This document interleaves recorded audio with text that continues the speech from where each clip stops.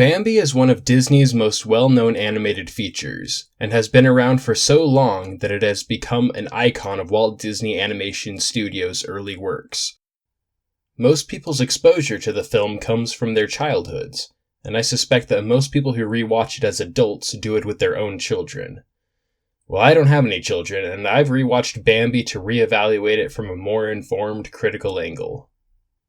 I remember watching Bambi when I was younger, and like most younger viewers, I was either so young I thought it was just another cartoon that my mom had put on, or I was just old enough to think it was for little kids, and that I was too cool to watch it. Or at least too cool to watch it around any of my friends. When it was just me and my family, watching cartoons as a preteen was totally acceptable, and some of my fondest memories come from watching old episodes of The New Adventures of Winnie the Pooh. Even though I have enjoyed animated features my whole life, Bambi has never been one of the movies I thought much of. I knew it was old, and I remember hearing that its reception paved the way for Disney's True Life Adventures, a series of nature documentaries. Around my senior year of high school, I became more interested in animated features, and I developed an interest in animation itself. I started paying attention to the details in the animations I saw. I started appreciating the fact that frame by frame, these drawings were being brought to life, with expressive bodies and perfect lip sync. I developed a new fascination for 2D animation, which led me also to develop a deeper fascination with more modern 3D endeavors. 2 years ago, I was house-sitting for my aunt and uncle, and while I was there, I discovered their old DVD collection. I decided that I was finally going to fulfill an old desire of mine to finally watch a ton of Disney's straight-to-video sequels that I'd never seen before. They had a lot of them, such as The Fox and the Hound 2, Brother Bear 2, Atlantis 2, and Stitch the movie. Some of these movies I'd already seen, but many I hadn't. I'll probably discuss many of these direct-to-video sequels in future videos, but suffice it to say, Bambi 2 was the movie that had the strongest impact on me. I remember seeing commercials for Bambi 2 back when it was released in 2006. The commercials I saw did not impress me at the time. I remember the trailers focusing on Bambi, Thumper, and Flower's misadventures in the woods. And I distinctly remember them all shrieking in their child voices, "Porcupine!" when they encountered a porcupine. My 12-year-old self had zero desire to watch Bambi 2, and it was only later when I decided I wanted to see all the Disney sequels at least once that I actually considered watching it. Bambi 2's impact on me cannot be overstated. This film completely exceeded all of my expectations, which in retrospect must have been really easy to do since I didn't really have any expectations to begin with. I'll discuss my opinions on Bambi 2 later in this video, but watching it gave me an interest in seeing the original film. I even bought my own copies of both movies from iTunes so that I would have access to the films in glorious 1080p. Although the first Bambi isn't actually 1080p since it was originally released with a 1.33:1 aspect ratio. But within that aspect ratio, the iTunes release is a full HD experience. So, what do I think of the original Bambi? To begin with, this movie is deep. Not deep in a way that is intellectually challenging or overly artsy. What I mean is this movie has layers of meaning. On the surface level, Bambi is a movie about a young deer growing up to be a figurehead in the forest, just like his father before him. This surface level of Bambi is the one that most people are familiar with because it's the only level of meaning they paid attention to when they watched it as kids. But, stepping back and looking at the movie from a wider perspective, another layer of meaning is revealed, and personally I think that this layer of meaning is the true purpose of the film's narrative. Bambi isn't actually a film about its characters.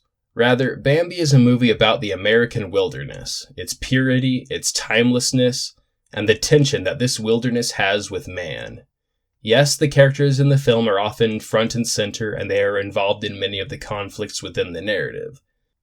But I believe that Bambi as a film is more concerned with writing a love letter to the American wilderness than it is with telling a coming-of-age story.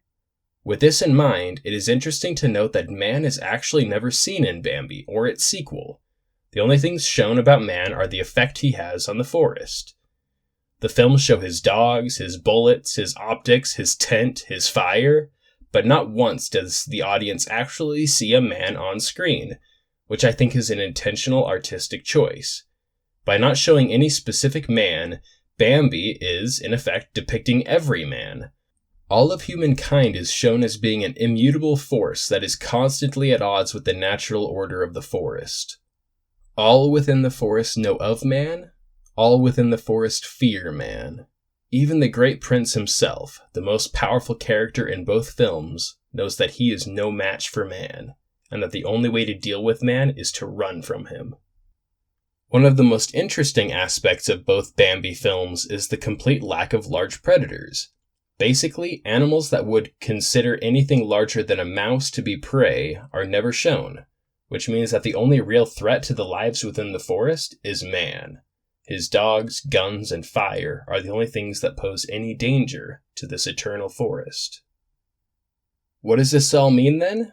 I believe that in their own way, the creators of Bambi, and to a lesser extent Bambi 2, are advocating for the protection of the American wilderness. This film was their attempt to show that there is something truly valuable in an untamed, untouched forest. They wanted to show how fragile the wilderness could be, with Bambi's mother being the means to drive that message home. Almost paradoxically, they also wanted to show how resilient the forest can be, with life going on even after the devastation wrought by man's fire. On another level, Bambi is a story about the circle of life, even more than another one of Disney's animated features, The Lion King. The Lion King talks a lot about the circle of life, especially in its opening song, but Bambi shows it in a much more explicit way. Bambi's narrative and songs revolve around the idea that individual lives are temporary, but life itself is eternal. I don't think it's a coincidence that Bambi begins with and ends with a song called Love is a Song That Never Ends. In fact, basically all the songs in Bambi focus on the life of the forest, from the life-giving rain that waters the forest, to the renewal of spring, to the joy of finding the love of your life. But enough of this deeper stuff. What's it like to watch Bambi seriously as an adult? It's surprisingly enjoyable. Bambi is able to strike a balance between being deliberately paced with slower movements and still managing to drive the plot forward. The writing is very mature, with no narration and minimal dialogue. Most of the exposition in Bambi is done by showing, not telling, which is always a plus. In the absence of narration, there are 4 musical numbers which actually have some pretty profound lyrics. Unfortunately, Bambi came out before the widespread use of hi-fi, which means the dialogue, especially in the songs, is almost unrecognizable in places. But where the audio in Bambi fails in many regards, its animation succeeds. At least most of the time. For the most part, Bambi is a beautifully animated film, with expressive characters and gorgeous backgrounds. Oh man, the backgrounds in this movie are so pretty. I love them so much. Bambi was one of the first animated features to nail the idea of having mostly realistic animals as characters, with minimal amounts of cartooning. Basically, everything besides the characters' heads are realistic, with most of the artistic licenses focusing on the eyes and faces of the characters. This dedication to realism extends past the art style of the characters to their actual animation. Deer have long legs, and they have a very specific way of moving. Bambi captures this movement perfectly, all the while still allowing for some of the more zany movements required by a cartoon. For instance, when Bambi is lying down, his legs are everywhere, since fawns really do have awkwardly long legs. And when he stands up after lying down, he does so in a way that is totally realistic for a deer, but looks downright awkward for us humans. As incredible as the animation can be, however, it isn't exactly what I would call consistent. Most of the time, when the action is focused on major characters, the animation is excellent. But as soon as the screen fills up with large numbers of characters, specifically large numbers of deer, it looks like the animators just threw up their hands and said, "Nope, that's too many deer. I'm not going to draw them and you can't make me." These scenes where many deer are seen simultaneously usually end up being an eyesore, with low levels of detail and really odd coloring. I've been told that eyesores like these are often due to budget and time issues, and the animators shouldn't be accused of being lazy. I'm not sure how accurate this sentiment is, but the fact remains that some parts of Bambi just look bad. Bambi 2 thankfully manages to circumvent these problems using modern tools and techniques, and shows large numbers of deer in a much more detailed way than the original film did. Going back to the audio of the film, it's interesting that there is almost no Foley in the entire movie. Basically, all the sounds come from an instrument of one kind or another. When deer come thundering by the screen, their footsteps aren't accompanied by the sound of hooves striking the earth, but with thunderous claps from cymbals. When raindrops fall into a puddle, they aren't accompanied by a dripping sound, but with a musical note. Bambi 2 does not follow this trend, and uses actual sound effects to help the characters seem more grounded in the world. However, Bambi 2 does pay homage to its heritage by having almost every scene accompanied by its soundtrack, with it giving emotional cues to almost every action, even though it no longer provides sound effects. Something I noticed when rewatching Bambi is how little dialogue there actually is. Characters rarely speak, which is probably a good thing given the poor quality of the audio. Instead, most interactions between characters focus on actions and expressions. This emphasis on body language over dialogue means that Bambi must be seen to be understood, since very little is conveyed through its audio track. I suppose at this point in this video I should discuss the characters in the film. First, there's the movie's namesake, Bambi. At first, Bambi is designed to be a set of new eyes. He follows his mother around the forest, asking simple questions about everything he sees. His mother is very patient with all these questions, and gives short, easy-to-understand answers. Bambi's mother does an excellent job of balancing telling Bambi about the world and letting him experience it for himself. The fact that the film spends so much time building their relationship makes her death all the more tragic. After Bambi's mother dies, the next time we see Bambi is after he's grown into adulthood. By this time, he's become well acquainted with the world and confidently handles himself in all that he does. One of the interesting things about Bambi's parents is that neither of them have proper names. Bambi's mother is referred to as just that, Bambi's mother. The Great Prince of the Forest also doesn't have a name, unless his mother actually named him the Great Prince of the Forest. I'm not sure how I feel about this creative decision. On the one hand, forgoing proper names and relying on titles emphasizes the role that the character plays in the story.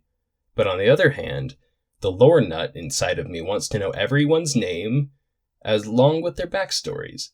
But like I said before, Bambi is less concerned with its characters than it is with telling the story of the forest. Each of the other characters in Bambi have so little time to develop, they end up feeling like stereotypes.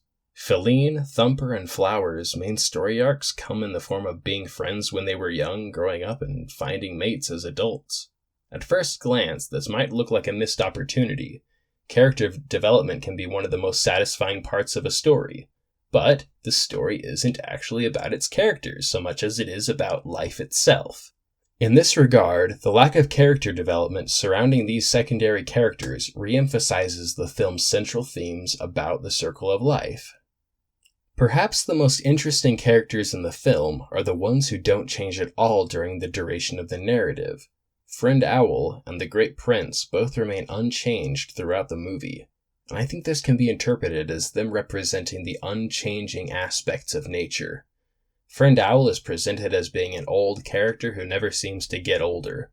He's fascinated by the goings-on in the forest, so long as they don't interfere with his morning naps. But this hasn't turned him into a thoughtful old sage at all. Friend Owl is instead highly talkative and likely as not to be silly rather than dignified.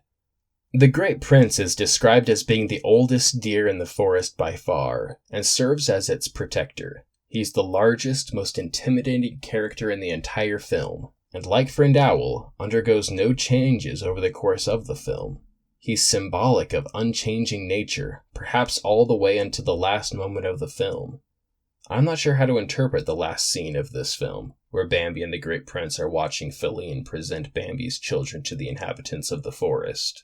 Clearly, this is meant to show another cycle of the circle of life, but I'm not sure what it's meant to say about the Great Prince. After seeing his grandchildren, the Great Prince looks at Bambi and then slowly walks away from the cliff.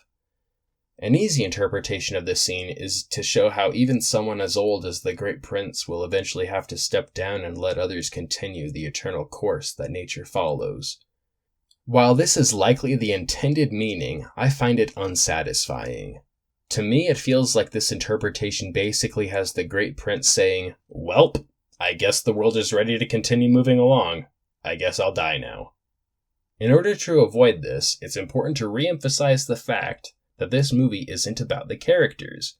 It's about the forest itself, and as such, it's easier to view the ending as nothing more than a new beginning. Love is a song that never ends, one simple theme repeating. Like the voice of a heavenly choir, love's sweet music flows on, unending. Bearing this in mind, it would actually be inappropriate to make a sequel to Bambi in the traditional sense. Picking up where the original film left off would essentially tell the same story that the original film did, and would feel redundant. If the complete story of the circle of life in the American wilderness has already been told, what more could a sequel add? Bambi 2 circumvents this problem by being an in-between-quel of sorts, more than a sequel, centering its focus on the events that transpired between Bambi being told that his mother wouldn't be able to be with him anymore, and him being a full-grown adult. What results is a film that retains the same elements as the original, but with an emphasis on the characters as characters. Bambi 2 starts on a somber note. Echoes of the opening song from the first movie are heard, while a reimagining of the Great Prince telling Bambi about his mother is shown. I personally love this beginning. It perfectly sets the stage for the story that is about to be told and pays strong homage to the original film, while clearly demonstrating how it is going to be unique in its own way. However, this tone doesn't last. Almost immediately after this first scene ends, a musical number starts and ruins everything for as long as it continues. I absolutely loved the quiet tribute to the original film's opening song, but this new, modern song really grinds my gears. It's just so awful. And the worst part is that it's kind of catchy. There's nothing worse than a song you hate also being one that easily gets stuck in your head. I found that this entire segment of the movie is best watched without the audio, so I'm just left to admire the beautiful animation on display. I do of course realize that my dislike of this movie's musical numbers is completely a matter of personal taste, and I won't criticize anyone who actually enjoys them. But man, do I wish they'd done something else besides these songs. With that small rant out of the way, I'm happy to say that I enjoy basically every other part of Bambi 2. The voice acting is perfect, and I'm still amazed that they got Patrick Stewart to be the Great Prince. The audio is now presented at modern standards, and the coloring is now consistent throughout the entire film. I'm sure that Bambi 2 is colored digitally, which would explain why the colors are perfect the entire time. But by far the best thing about Bambi 2 resides with its visuals. The environmental art is something that needs to be seen to be believed, and the character animations are basically at the top of their class. Bambi 2 really should have had a theatrical release, given its amazing quality. As I mentioned before, Bambi 2 changes the focus from the forest to the characters. The forest is still present in all its splendor, but this time around, the film is more interested in the characters as characters and less focused on the world they live in. As such, this gives the film free rein to explore its main themes of loss and the relationship between father and son. I think that the film does a good job overall of exploring these themes, even though the moment-to-moment process of doing so often leaves much to be desired. Throughout the film, Bambi is never explicitly told that his mother is dead. The most he's told is that she can't be with him anymore, and that she's never coming back. I get the feeling that Bambi comes to know exactly what happened without being told. The Great Prince, on the other hand, knows full well what happened, and spends much of the film grieving in his own stoic way. The Great Prince's grieving implicitly sheds a lot of light on his background, showing the depth of his feelings for Bambi's mother. This is interesting because the first film showed them having only minimal contact with each other, I think more information regarding the Great Prince's relationship with Bambi's mother can be insinuated by likening their relationship to Bambi and Feline's, since the Great Prince explicitly said that he first met Bambi's mother when they were both fawns. This also insinuates the kind of relationship Bambi and Feline will have as adults. The other major topic Bambi 2 explores is the relationship between the Great Prince and his son. This relationship is a stressful one at the beginning. The Great Prince now has to raise a son and also fulfill his duties as Great Prince of the Forest. Bambi just lost his mother and is now in the care of someone who has no experience or expertise in the field of parenting. But Bambi 2 actually does a good job of showing how this awkward start organically shifts into a healthy, fully functional relationship. Like I said before, the moment-to-moment experience of this development isn't perfect, but taken as a whole, Bambi 2 actually tells a very competent story about a father and a son. At this point, I feel like I've said all I wanted to say about these films in this video. I realize, however, that there is still a lot that can be said, which is why I'm going to be watching both movies in their entirety while providing live commentary. To receive an update about when that and my other videos come out, feel free to subscribe to my channel. And if you happen to have any deep and poignant thoughts about either of these two movies, feel free to leave a comment below. Thanks for watching.